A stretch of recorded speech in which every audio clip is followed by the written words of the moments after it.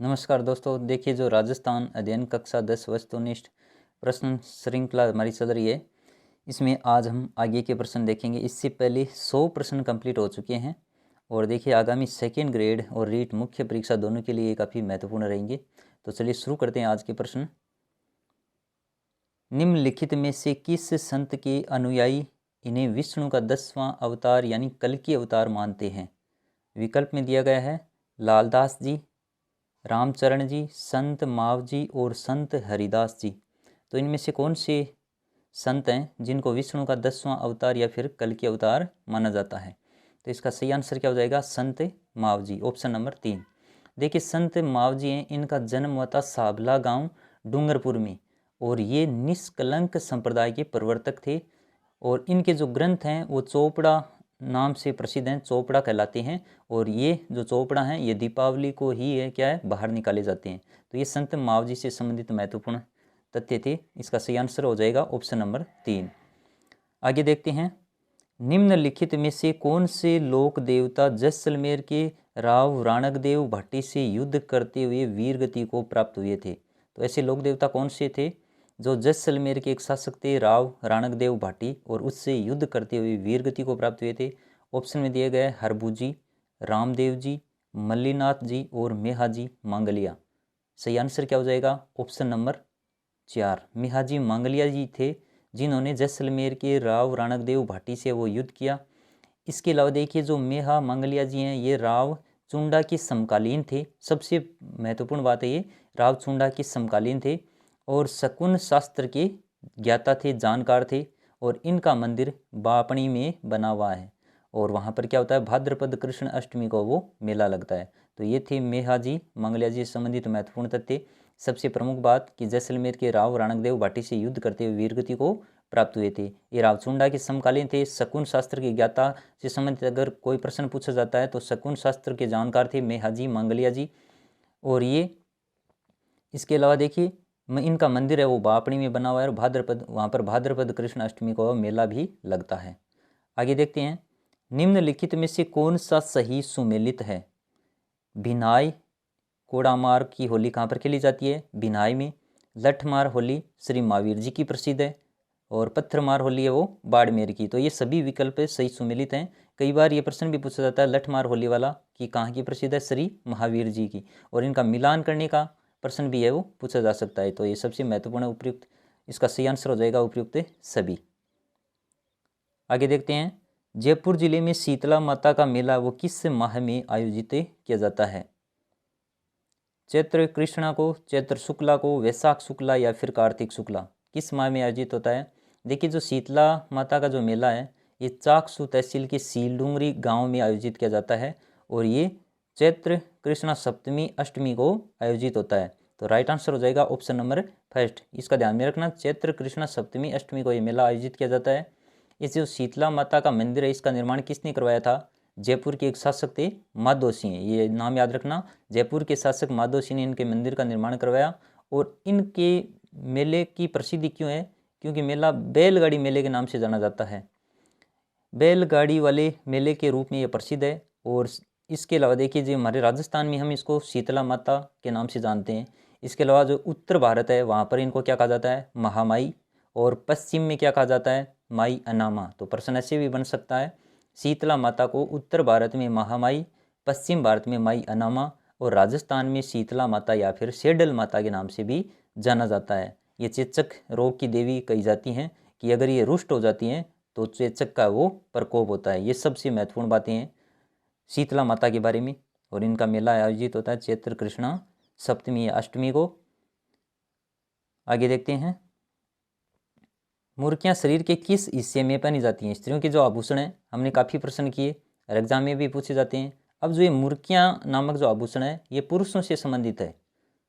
ये बताना है नाक में, कान में, गले में, हाथ में। सबसे प्रमुख बात तो आपको ये ध्यान रखनी है, मुर्कियाँ हैं वो पुरुषों का आभूषण है। लेकिन अब कौन से शरीर के हिस्से में पहना जाता है ये आपको बताना। तो ये पहनी जाती हैं कान में। पुरुष हैं कान में क्या पहनती हैं? मुर्कियाँ। इसके अलावा देखिए क्या क्या पहनते हैं पुरुषों के आभूषण, लौंग है, झाले है, छेलकड़ी है।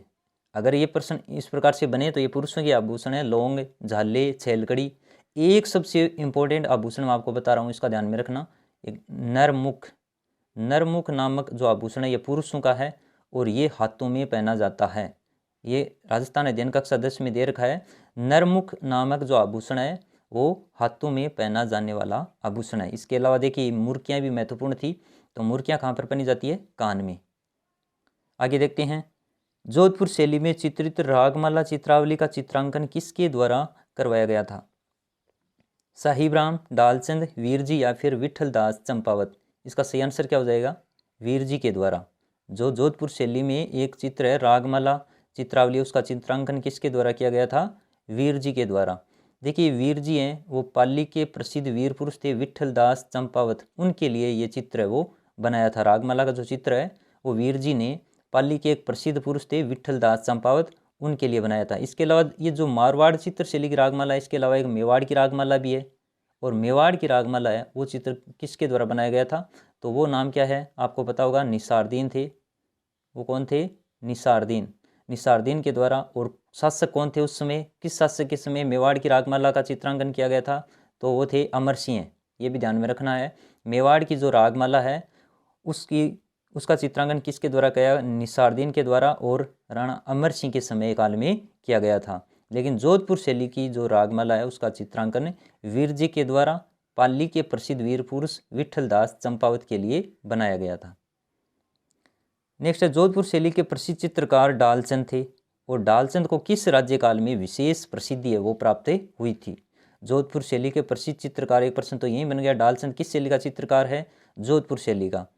राव मालदेव, महाराजा अजीत सिंह, महाराजा अभय सिंह या फिर महाराजा मान सिंह? इसका सही आंसर क्या हो जाएगा? जो जोधपुर शैली का चित्रकार है डालचंद, इसको किसके समय में विशेष ख्याति मिली थी?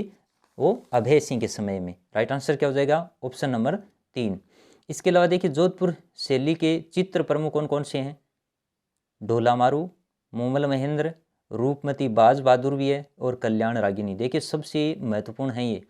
ढोला मारू कई बार एग्जाम में पूछा गया है। इसके अलावा मोमल महेंद्र ये तो प्रमुख हैं ही। रूपमती बाज बहादुर और कल्याण रागिनी का भी ध्यान में रखना। ये प्रसिद्ध चित्र किस शैली से संबंधित हैं? जोधपुर शैली से संबंधित। चित्रकार की बात करें तो भाटी शासक ज़्यादा थे, इसलिए अमरदास भाटी, दाना भाटी, शंकरदास, माधवदास, राम सिंह, शिवदास, ये सभी प्रमुख चित्रकार हैं जोधपुर शैली के। खासकर ध्यान में रखना आपको अमरदास भाटी और शिवदास का, कई बार एग्जाम में पूछा जाता है। शिवदास हैं किस शैली के प्रसिद्ध? तो ये हैं जोधपुर शैली के। आगे देखते हैं, बूंदी चित्र शैली में चित्रशाला का निर्माण है वो किस समय में हुआ था? ये भी महत्वपूर्ण है। बूंदी चित्र शैली में एक चित्रशाला है, उसका निर्माण किसके समय में हुआ? राव सुरजन सिंह, राव छत्रसाल, राव उमेद सिंह, राव अनिरुद्ध सिंह? सही आंसर क्या हो जाएगा? राव उमेद सिंह के समय। और जो रंग महल का निर्माण हुआ था वो छत्रसाल के द्वारा करवाया गया था। तो ये चित्रशाला है वो उमेद सिंह के समय में, और बूंदी चित्र शैली में जो रंग महल है उसका निर्माण किसके द्वारा करवाया गया बूंदी में?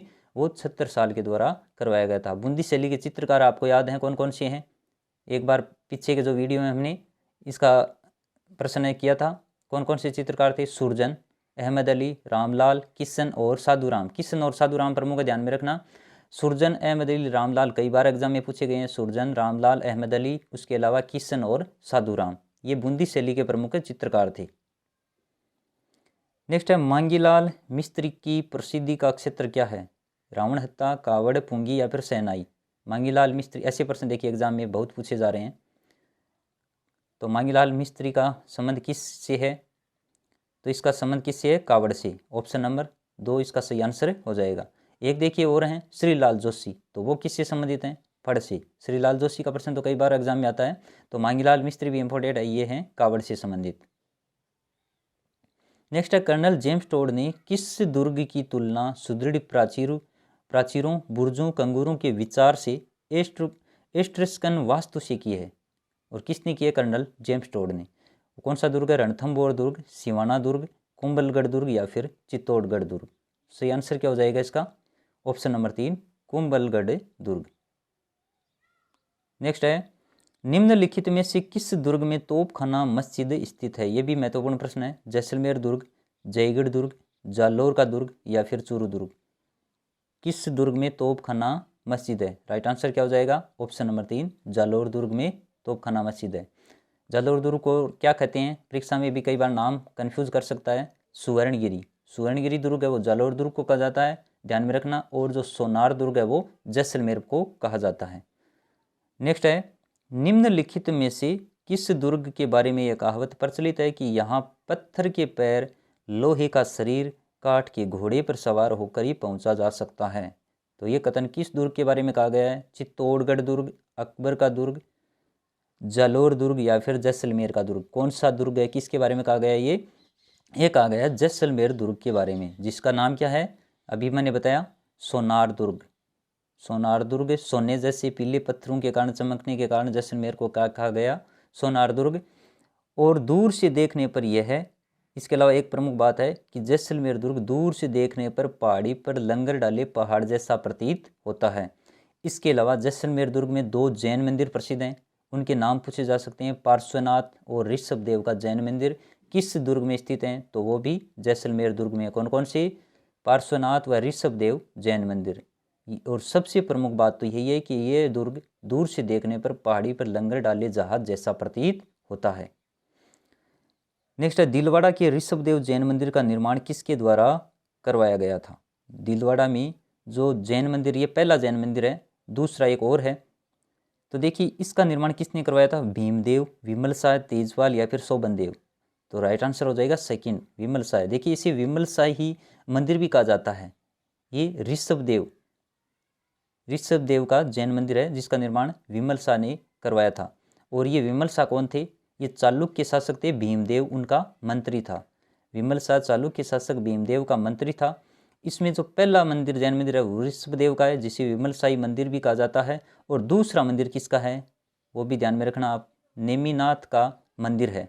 और उसका निर्माण किसने करवाया था? वास्तुपाल और तेजपाल के द्वारा करवाया गया था। ये दोनों परीक्षाओं में कई बार पूछे जाते हैं दोनों प्रश्न, कि ऋषभदेव जैन मंदिर या विमल शाही जैन मंदिर का निर्माण तो विमल शाह के द्वारा करवाया गया। एक दूसरा जैन मंदिर है नेमिनाथ का मंदिर, अगर वो पूछा जाए तो उसका निर्माण करवाया वास्तुपाल और तेजपाल के द्वारा। नेक्स्ट है, कौन सा सही सुमेलित नहीं है? देखिए इनमें से कौन सा सही सुमेलित नहीं है? जसवंत थड़ा जोधपुर, मिठे साहब की दरगाह गागरोन दुर्ग, मुसी महारानी की छतरी अलवर और दीवान शाह की दरगाह नरहड़। देखिए जसवंत थड़ा हमने पहले भी पढ़ा जोधपुर में, मिठे साहब की दरगाह है गागरोन में है, और मुसी महारानी की छतरी है वो अलवर से संबंधित है। जो दीवान शाह की दरगाह है ये नरहड़ में नहीं है, कहाँ पर स्थित है? ये कपासन चित्तौड़ में। जो दीवान शाह की दरगाह है ये कहाँ पर है? कपासन चित्तौड़ में। तो इसका राइट आंसर क्या हो जाएगा? Option number 4। इसके अलावा एक शक्कर पीर है, उनकी दरगाह कहाँ पर है? नरहड़ में।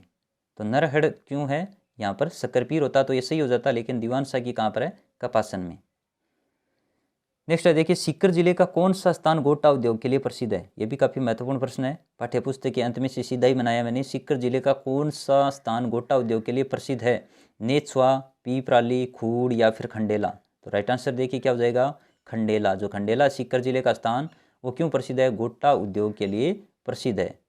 इसके अलावा आगे देखते हैं, पशुओं के शरीर पर विविध प्रकार की आकृतियों के बड़े कलात्मक दाग दिए जाते हैं, वे क्या कहलाते हैं? देखिए सबसे इम्पोर्टेंट प्रश्न है ये, और ये एग्जाम में पूछा जा सकता है कि पशुओं पर जो शरीर पर विविध प्रकार की आकृतियों के बड़े बड़े दाग दिए जाते थे वो दाग क्या कहलाते हैं? गुड़ालिया, अटेरना, सारिया या फिर मांडना। तो ये कही जाते हैं गुड़ालिया, यानी राइट आंसर हो जाएगा ऑप्शन नंबर फर्स्ट। अब देखिए गुड़ालिया के बाद में जो अटेरना ये क्या है? तो ये दाग दी जाती है, क्रिया की जाती है, उस प्रक्रिया को क्या कहते हैं? अटेरना। तो गुड़ालिया हो गया, जो दाग होते हैं वो गुड़ालिया, और ये जो पूरी प्रक्रिया चलाई जाती है ये क्रिया क्या कहलाती है? अटेरना। सारिया क्या होता है?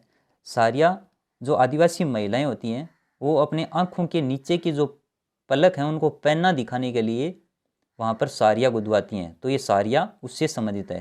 तो ये तीनों ही विकल्प हैं वो परीक्षा में पूछे जा सकते हैं, गुड़ालिया, अटेरना और सारिया, तीनों ही महत्वपूर्ण हो जाते हैं।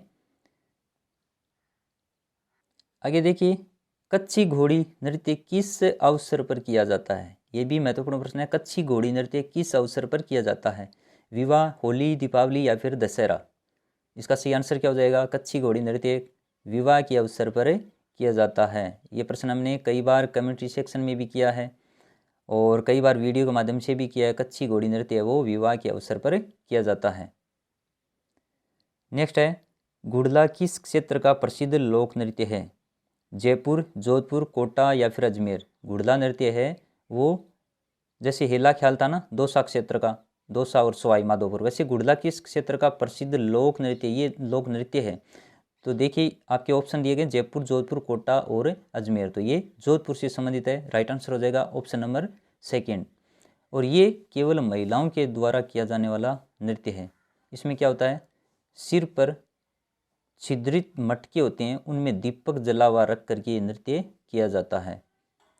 सिर के ऊपर महिलाएं एक छेद किया हुआ मटका होता है, उसमें दीपक जलता हुआ रखती हैं और सिर पर वो मटका रख के नृत्य करती हैं। उसे गुड़ला नृत्य कहते हैं। और ये गुड़ला नृत्य कहाँ का प्रसिद्ध है? जोधपुर का। नेक्स्ट है, राजस्थान की भाषा के लिए राजस्थानी शब्द का प्रयोग सर्वप्रथम किसने किया था?